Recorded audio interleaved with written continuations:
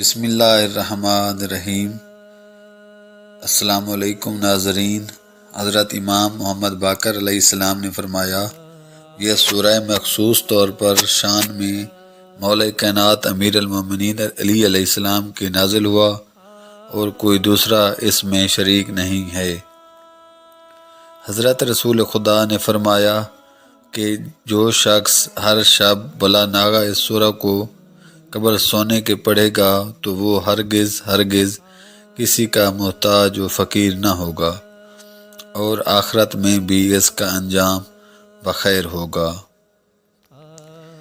حضرت امام جعفر صادق علیہ السلام نے اس سورہ کے متعلق یوں ارشاد فرمایا ہے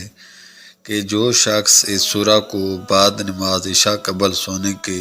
روزانہ پڑھ لیا کرے گا تو خدا تعالیٰ بھی اس سے راضی و خوشنود ہوگا اور تمام لوگوں کے دلوں میں اس کی دوستی کو بھی ڈال دے گا اور اس کے لیے کشادگی رزق بھی اس طور پہ عطا فرمائے گا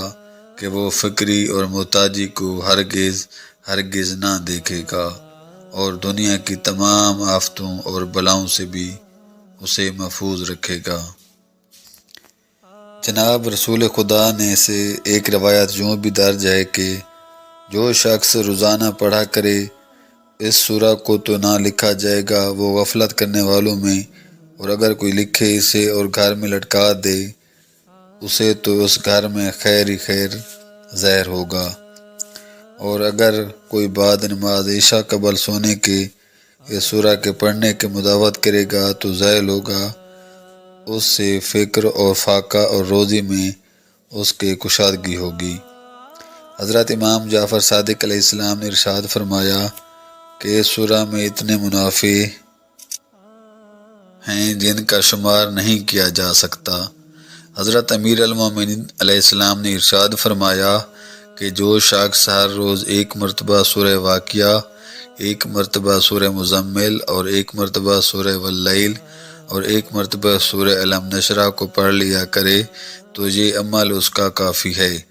واسطے ادائے قرض اور دفع فقر و فاقہ کے، اور جب کوئی ان متذکرہ چاروں سوروں کو پڑھ چکے تو اسے چاہیے کہ ایک مرتبہ ذیل میں لکھی ہوئی دعا کو پڑھ لیا کرے، اور صاحب حاجت کو چاہیے کہ کم از کم 40 روز تک اس عمل کو پابندی کے ساتھ ضرور کرے تاکہ اس کے نتیجے کو بھی ملاحظہ فرمائے، اور یہ عمل متعدد آدمیوں کا آزمودہ اور مجرب بھی ہے، اور بعد ان سوروں کے جو دعا پڑھی جائے وہ حسب ذیل ہے۔